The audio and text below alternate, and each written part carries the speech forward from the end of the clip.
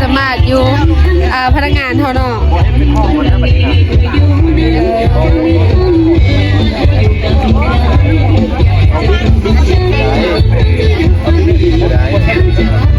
ตอนนี้เขากำลังจะเล่นเกม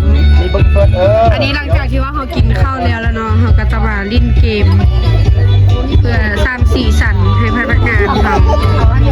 เลยพนักงานเขาการกินข้าวจะไม่ค่อยไปเมาตอนนั้นแล้วไปทางไหนคะพี่หน้ามาเล่นคริสต์มาสจ้าดีวันหลับเลยฮะ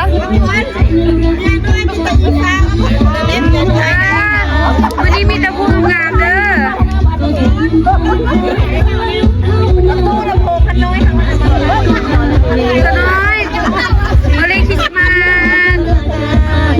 เอาตอนพวกเบียร์ดีตอนนี้เขากำลังซิลินเกมพร้อมกันแล้วเบอร์พร้อมแล้ววันนี้คือมีแต่ผู้งามๆแถวว่านะวันนี้มาเล่นคริสต์มาสขอบใจวันนี้มีแต่ผู้งามเปิดด้วยนี่มาผู้ใดชี้คาราโอเกะแล้วนี่อันนี้โมเมนต์ไม้สูงไม้สูงบอกว่านี่แล้วเขาก็จะมีการจับของขวัญเนาะ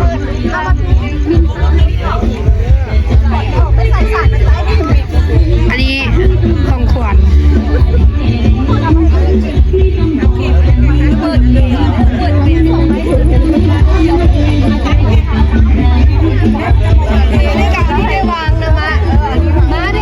อันนี้เป็นเกมที่ว่าเขาจะลิ้นมือนี้เลยอันนี้เป็นเกมนี่อย่างมาโตมาบางไม่ใช่อันนี้เป็นเกมอย่างนี้ว่าฮู้คือกันจบได้ให้เลยจบได้ให้เลยแลกคนลิ้นก่อนแลกกันนะครั้งหนึ่งแลกของขวัญกันบ่แลกของขวัญกันแล้วเขาจะมาลิ้นเกมอันนี้เอาบ้างอันนี้โตมาบางได้มันตามมันลงกันเอาไปยังเขาคือลิ้นเกมก่อนวะได้แล้วเอาได้โตได้อีกมั้งเดี๋ยวจะถึงไปใส่สวยเบาลงเอากำลังจกของขวัญเด้อจกสลากเลขของขวัญวันนี้มือยังคริสต์มาสย้อนหลังให้พนักงานค่ะ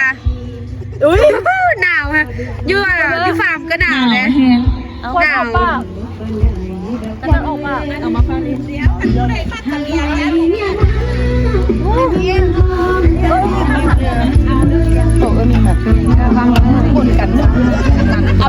อันนี้บรรยากาศวันนี้หนาวแห้งวันนี้นะอากาศหนาวเลยอยู่ฟาร์มโฮมหมอกตกแห้งๆน้ำผิวไฟ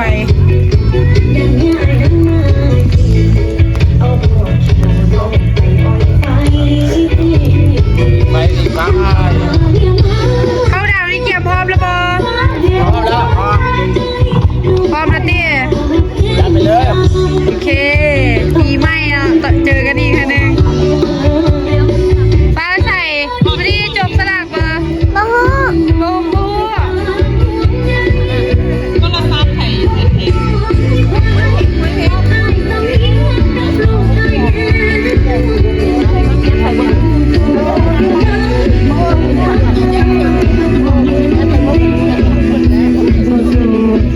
สาวๆได้สลากแล้วบอยำตัวแล้วสิได้จกสลากแล้วเด้อกินข้าวอิ่มเลยวะอิ่มแล้วแช่บอแล้ว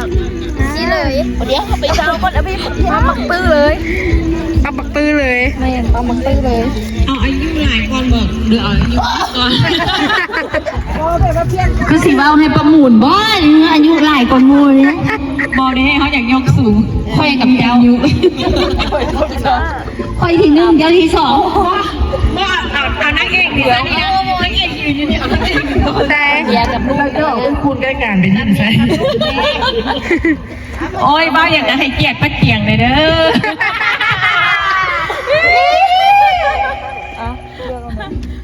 ฮะเอาไผ่เอาป้าคูณกันซะสนะไปเท่ากันโมแล้วไปเอาจะกล่อง ของบ้านก่อน นี่ยังไม่ห้องจะเหมือนเป็นนักข่าวอยู่เด็ก ไอ้เจ้าของบ้านเมื่อกี้ถ่ายกันอีกแล้วเด็กเจ้าของบ้านถ่ายอยู่นี่เนี่ยอันนี้เจ้าของบ้านนี่อย่างยกแรกนะแจกร้อยถือคนก็ได้ของลูกสาวดิก็ได้ของลูกสาวดิก็ได้เอาแล้วละก็ได้เอาชื่อของใครก็ได้เอาโอเคยกเว้นชื่อของเจ้าของเองไอ้น้ามาอ่านรู้ประคุณอ่านหนังสือว่าเป็นผมเป็นตาดำเขามาบัดนี้ก่อนขวัญเล่นตาดำเลยเล่นตาดำเสื้อของขวัญไปโอ้ยนะก็ได้แม่เล่นเลยเหงานอนอยู่นี่เอาเยอะไปพูดเอาแบบมันเป็นกล้องเพชรไปดิน่ะใครเป็นใครมีกล้องมาถ่ายคนเตรียมกล้องมาถ่ายพวกนี้น้อยแน่นไหนเด้อฮันเดอร์เอาใครพูดเลยน้อยแน่นไหนเอาใครแม่ผู้ใดให้พูดในบ้านเด้ตัวกล้องแม่กูแล้วแนมผู้เห็นว่าของขวดนั่นมาพี่โอเคของควันเดี๋ยวตาดำได้โซ่พี่ได้ตาดำจุกโต้เลยได้ของปานก็ได้จะเข้าเปิดจะเข้าเปิดได้เปิดพร้อมกันเขาเคยบักเด่นส่งด้วยไปบ้านแม่ได้บักเด่นส่งด้วยของตุ๊กตาของตุ๊กตายี่ใส่ของตุ๊กตาไอ้หน้ามือจักไม่มาเลยป่ะอุ้ยจะพาไม่จะพาไม่เขาเบิ่งก่อนกองจะเบิ่งก่อนยี่ใส่หนักมากเลยตาดำมันเป็นของเขาจ้ะบ้านเราเขาโบนัสตรงแก้เป็นเองเขาก็ได้ดอกฟังนั่นน่ะฟังกระดำแล้วตัวแทนยี่ใส่ข้าวสารอันนี้เอามอสแทนตุ๊กตาบายบายเอ็นห้ามช่วยกันห้ามโอ้บ้านความมานะขำมันต้องได้แบกไหมซ้ำ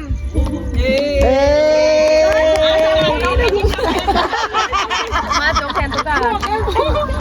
อันนี้จกแทนตุ๊กตาเด้ออันนี้จกแทนตุ๊กตาน้อยมันคนได้อันมักใหญ่เนาะแล้วพอเอ็นนาตุ๊กตาได้ของเอ็นนาตุ๊กตาได้ของเอ็นนานี่อย่างนี้แค่ไหนซ้ำไม่ได้เอามาทีละนานนะว่าได้ใส่น้ำกัดซ้ำคุณนะโอ้อันนี้อย่างน้ำพอดค่ะทักแกให้ตุ๊กตาเลยมันจึงเซอร์ไพรส์มันจึงกันนั้นดีว่ะเอ็น่าแล้วตัวเอ็น่าขวัญอะไรเต็มใจพอใจเอ็น่าไม่ต้องเอาของมาเด้อก็เขาจะเอาของไม่มีมาจ้ะป้าเจียงมาเอาของขวัญให้หน้าแน่นี่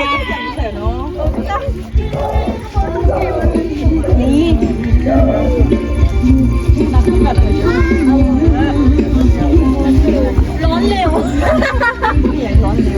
มันหมอกลงมาโอเคป้าเจียงมาจบมั้งอันนั้นไม่คิดว่าป้าเจียงได้โอเคอันนั้นมาแกะเอาโบ้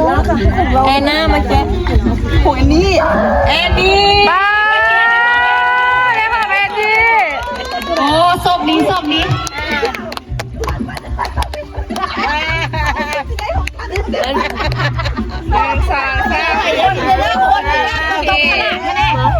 ขนมช็อกโกแลตอันนี้ขนมช็อกโกแลตมาทันมาคุณเนี่ยก็เป็นของแม็กเดี๋ยวของแม็กออกมาให้ของขวัญน้องมันนั่งสูงได้ของมิมี่แขกเด้อเซิร์นแขกนางเด้อแขกเซิร์นแขกนางแขกเซิร์นแขกนางก็ไปมิมี่เมื่อวานเราอยากได้ของลูกที่ไหนแล้วไม่ได้ยินขำบอกว่าผู้ใหญ่ก็ว่ามิมี่ให้น้ำไม่ใช่ทำมันเป็นกิโลนะก็แต่อยากโยกได้ขนาดนั้นคุณเป็นทานเดียวกันดิสังเจียมิมี่ว้าว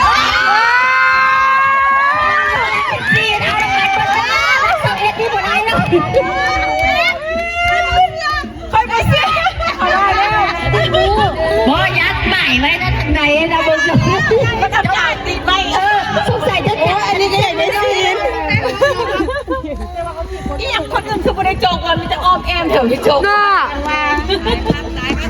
เอาเดี๋ยวเขาสมใจแล้วที่บอกโอ้ยรู้ทำจะคำอย่างรู้คำหมูคำอย่างคำเมืองคำหมุนคำหมุน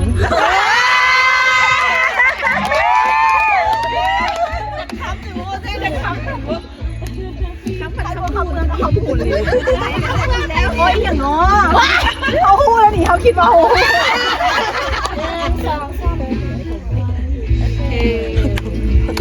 ทำเมืองนะอย่างเลยนะไอ้น่าของไอ้นู่นนี่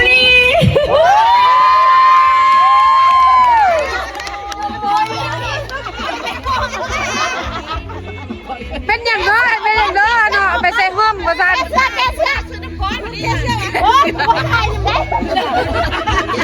เป็นอย่างคือว่าจะไปใส่ห้อง บูฮูน้ำมันเป็นว่าผู้ใดได้ได้คุ้มค่ามันว่าเด้ เป็นเหรอ คือยกโปค่ะกับใจได้น้ำมันกันทีมใส่ห้องใส่แล้วต้องหาของขวัญตัวเองมาเจอ4-8 มูแล้วเป็นมูนี่แหละขนขึ้นมาต้องสวยดิแค่นี้อันนี้เราบอกอยู่ อันนี้เป็นตัวหลัก ออกไหมออก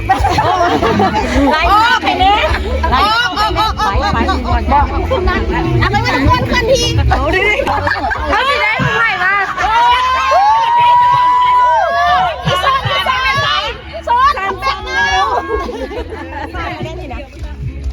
คือว่าได้ใหญ่เหรอวะ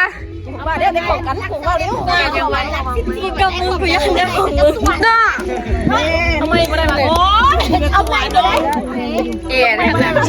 ของมึงชนนี่ใจดูกันนี่ได้แอบ ได้เอ๋วะน่ะ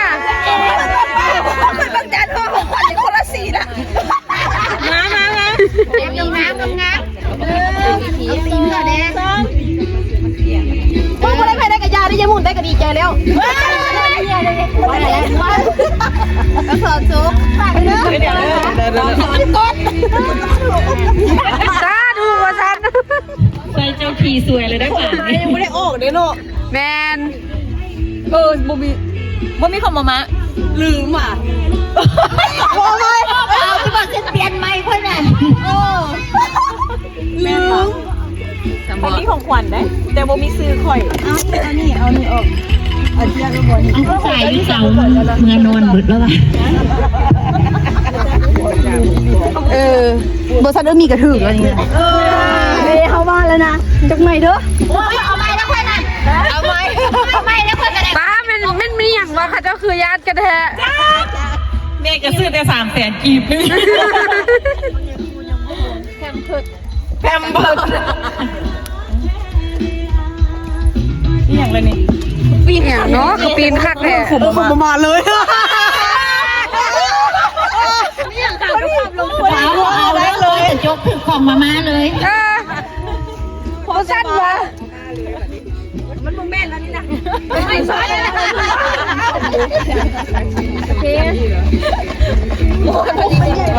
ตามแทนที่นั่นแหละเบาๆก็มีต่างก็สอนใช่เนาะไอ้นี่ของใครล่ะของใครล่ะได้ของใครอ่ะที่เป็นลูกบ้านบอลเนาะแม่นก็แม่นเลยนะลูกลามาเด้อมาเอาของขวัญให้ในนี้นะ ได้เลยล่าเสร็จล่าคนสว่าง เอาไปสมอง เดี๋ยวมีนะ ตัวแทน ไม่เป็นตัวแทนเมนตัวแทนเด็กไม่ยังก่อนนี่ไง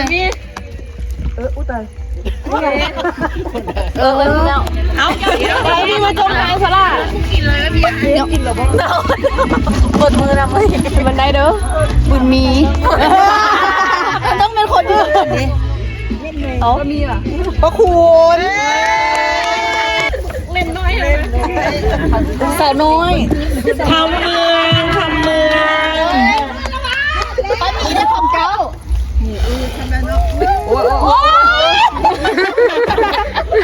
ป้ามีเด้อป้ามีได้ของเจ้าไทย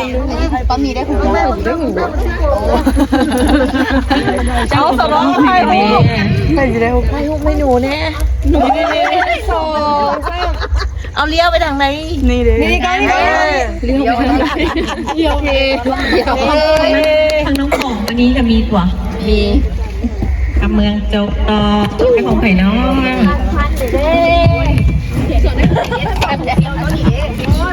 ลงน้ำสวยโซ่ซีเมนต์ของแข็งแล้วอะไรเนี่ยของแข็ง อยู่ในมือคำพูดดีลุงคนสวย ว้าวได้ของลุงจะถ่ายได้สาวน้อย ไม่ได้ภาพกูได้น้อยหน้าดอกเพราะว่ากองใหญ่อยู่ โซ่หิวเนี่ย เหลือควาย จบเลยแรง ลูกบอลแข่งไปจบแล้วยัง บานมาจบใจเด้อสำนักของพันเด้อวันเด็กสองอย่าส่ง พี่เขาแล้ววันนี้น่ะเขาสิได้ของไผ่ปะได้หมดได้ของอวนเนอะเมนเทสแบบนี้นะ แล้วของตัวเองแบบว่า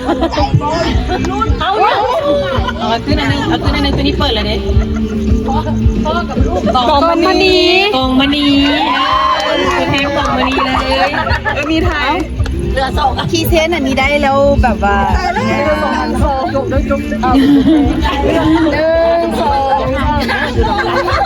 สุภาพเยี่ยมห้อยเลยได้อันนี้เลยนะ กองมณีกองมณีมาจบได้ละงาม ได้ละงามดีได้ของไผ่ กล่องมานีได้ของอวอน โอ้นัก ออกแล้วมณีวนออกแล้ว เดี๋ยวเป็นเขา ได้ไส้น้ำกัน กล่องมานีได้ใด ได้ใส่น้ำกันดี ใช่แล้ว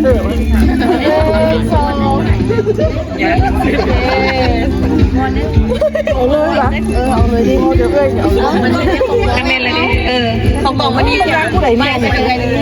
พี่พงษ์ได้ของเขาโอ้ถ้าได้ของเขาแล้วมันจบจิ้นบ่ได้ใส่เด้อ อันนี้เหลือ3คนนี่เหลือมณีพรนี่เหลือกองกับอาณา ตะมน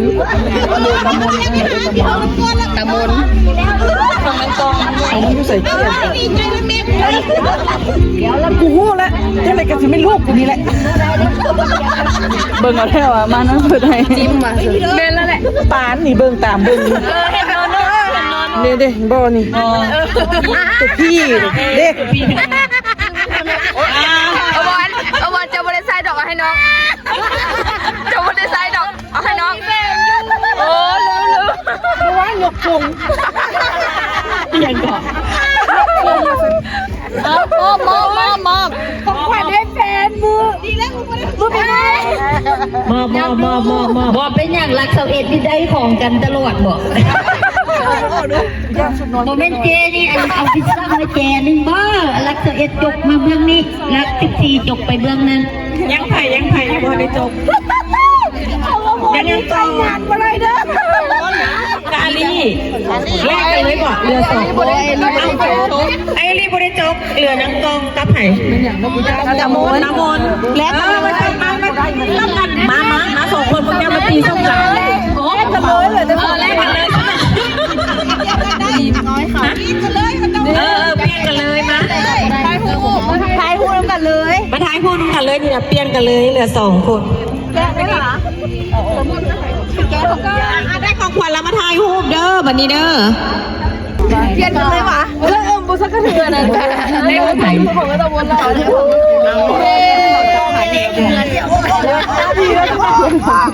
ขึ้นเลย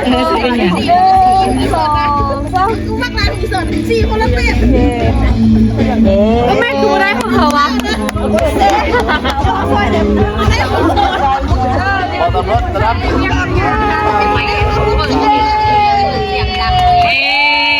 อามาถ่ายวันนี้นะถ่ายรูปถ่ายก่อนรัก14ก่อนเนาะ ถ่ายรวมเลยบอก รวมเลยบอก เอาเขาได้ของขวัญแล้วนะอีจะน่าจะมาแกะให้คนเป็นว่าเขาได้ยัง ได้ของไผ่มุก มาพูดไทยให้เนี่ย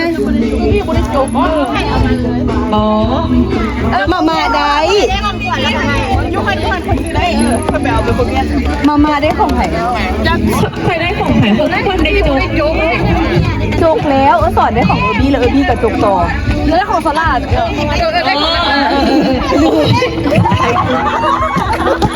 นี่อย่างคนนี้ผู้นำ บ้านจะสีบ้านเปิดมาเนาะมีพัดอยู่บนเสาอย่างนี้ไทยกูอีกอยู่นี่แบกหลายเท่ากูจะมันหนักเอาไอ้โชว์มึงอ่ะเขาบอกกันนะบอกเจ้าบอกนี่ผู้ใดได้เลยบอกเจ้าบทสลัดค่อยเด้อบอกเจ้าบทสลัดค่อยคุณนักกันแล้ววันนี้มาไม่ใช่ลูกที่สุดนี่มันนี่เล่นเรื่องกันยังพอมาหน่อยนึงมันเลยเดี๋ยวเอาไปได้ให้มันจับได้ไหมใครรวมมา15ลิงเกมฮะโอ้ยเราไปกันหมดหมอคนไทยบอกเขาที่บอกไหนเอาแต่อย่างน้อทำต้องมาไปทางนั้นจะได้เป็นอย่างมั้งนี่คือพันธีเอลคนเอาข้าวมาวางแล้วก็ยานบุยเพลนได้ไหมไอ้ของเกตดำแล้วแล้วกี่บาทนี่เลยเนาะได้ก็วางเลยเอาเงินใกล้ๆกันเลยผมมาแม่ไม่เป็นงามบอกเขาใหญ่กับลูกเอาขึ้นถึงหน้าพูดดีมันจะหยอดจะพูดกันนะตอนนี้ยังอีกยังบ่วางยังบ่วางนะ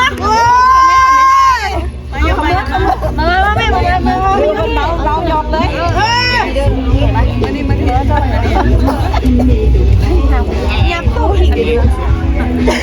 เอาให้ปานมาเข้าเลยปานเดี๋ยวได้อย่างนี่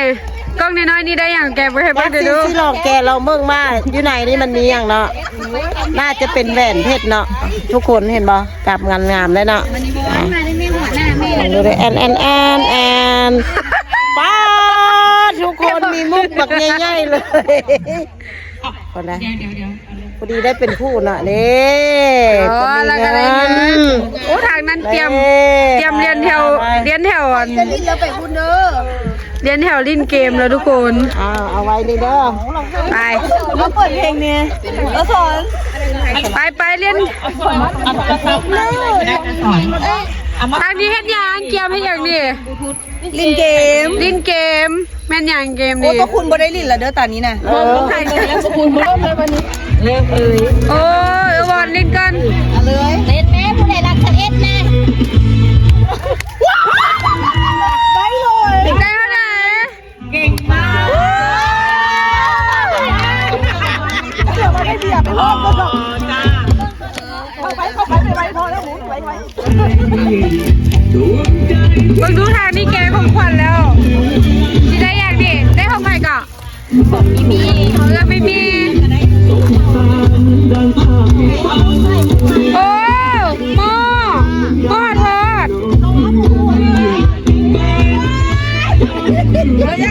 เราไปพอกันเพิ่มเอาคนเพิ่ม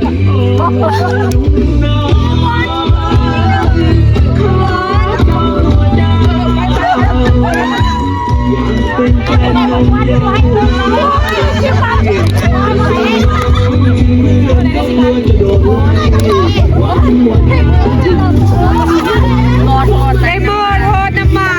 นปาดคุ้มเกิดคุ้ม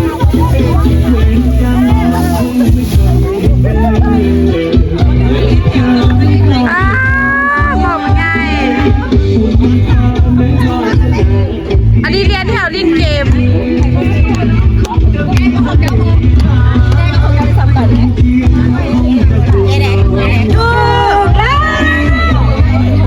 ทำไมชอบดีจังเลย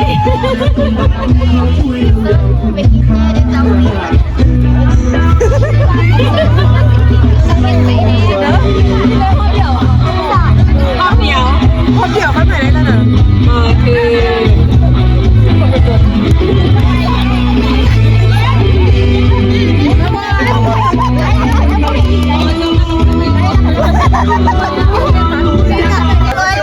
อันนี้เป็นเกมที่2เนาะที่ว่าหาจะจบอันนี้เป็นของไม่มีดาวให้เนาะ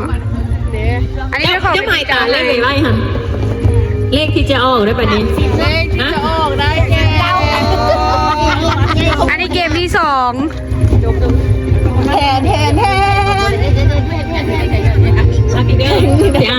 บอกว่า มาคันนี้ก็ได้แค่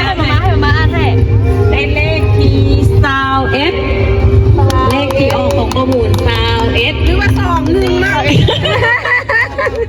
ตามมาแล้วตามหน้าตามหลัง ซาวเอส เอาพี่บอล ก็มอบเลยอันนี้มอบให้ประมูลเลยใครถ่ายรูปยิ้มให้ทีมมาบุรีถ่ายรูปให้ ถ่ายหัวไปเด้ เป็นเบอร์แน่ค่ะคันว่าเป็นเดียวเป็นกับโมบาเนี่ย บ้านเลยก็ฟุ้งฟิ้ง อันนี้ไปอีกนี่ดูเห็นเลยว่ะเห็นมันยังโหลดอยู่ทานตะวันมาเลยทานตะวัน จกแล้วเนี่ยตกเป็นถามตะวันจก เอาตัวเป็นคู่เนี่ย แอกอะรัก11มานี่ได้เบอร์11เลยโอ้ย สาวซี ครบเด้อหรือว่าตามหลังออกมาแล้วจะ2 4ตามหน้าตามหลังลุงเพื่อนเพลง มาเห็นไงมากองมาแม่ นะตอนเปิดเพลงนี่หรอ เปลี่ยนคนสักขนาดพอดูยินนะ กล้องขนาดเนาะ เดี๋ยวเอาไปแล้วเป็นรักษาเอ็น2 คนก่อนนะก็ได้ง่ายกว่า เกมไม่แม่คนสักอย่างไม่อยากสักอย่าฟ้าวถ่ายแกพร้อมกันมันจะตกใจ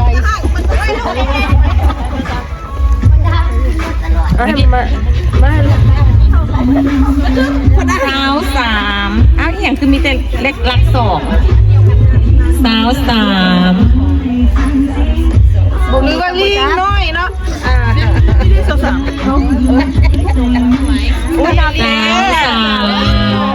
เปียกเบิร์ดกับของขวัญ มาวันนี้รักษาเอ็นคูณมา เอาก็พูดแล้วก็ดำเราถ่าย แม่เอาเลข 3เลข 3 รอมึงด้วยนะเลข3แม่ เลข3เป็นยังอย่าพูดเลข3เนี่ยเลข2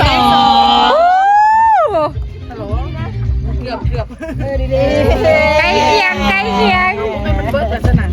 กระดาษนะ ตอนนี้เขาก็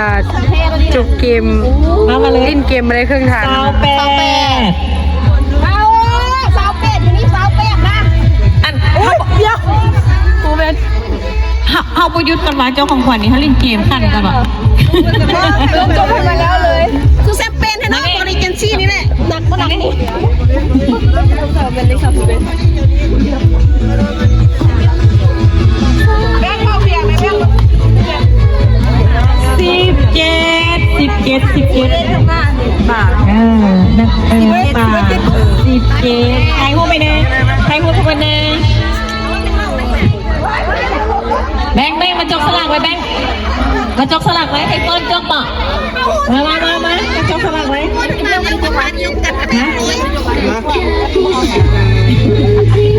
อันใจก็มันลูกแพ้ถ่ายอันนี้ลูกแพ้ถ่ายเอาตรงนี้ เจ้าก็ต้องให้มันยังบุกของเราละอันนี้นี่เด้ได้เป็นอันนี้ จบเลย อันนึงเด้อ อันหนึ่งก็ทำเอาหน่อยอันเดียวเบอร์ยัง32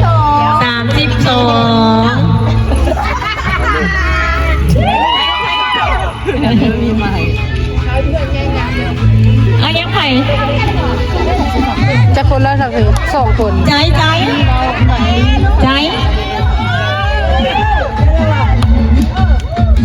ไม่มีแบบเอาอันไหนเปลี่ยนเลยน้ำเปลี่ยนเลยอ่ะเสียงบึ้น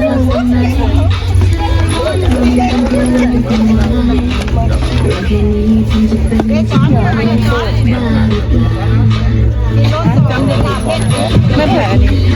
ใจคนลูกแล้ว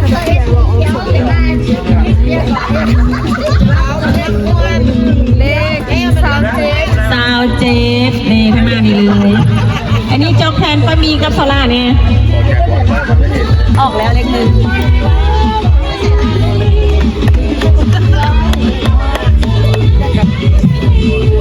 แล้วก็2 คนอยู่อันนั้นเด้อยู่หลัก14นะให้มาให้มา เบอร์5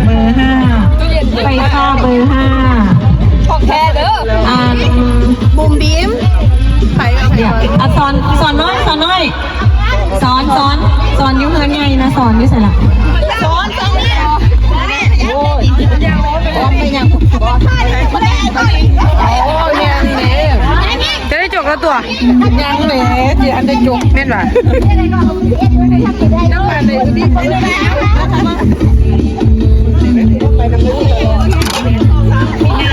ปีหน้า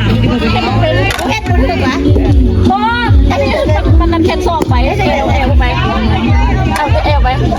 แม่แท้นี่เอาลงมือนี่เอามือมันนี่สิมือเคยยุงมืออยู่ซื่อแอลไป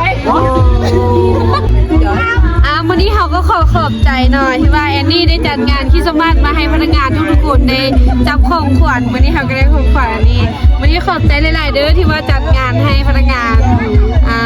วันนี้เขาก็ขอจบคลิปเพียงนี้ฝากทุกคนกดไลค์กดแชร์กดติดตามด้วยเด้อบาย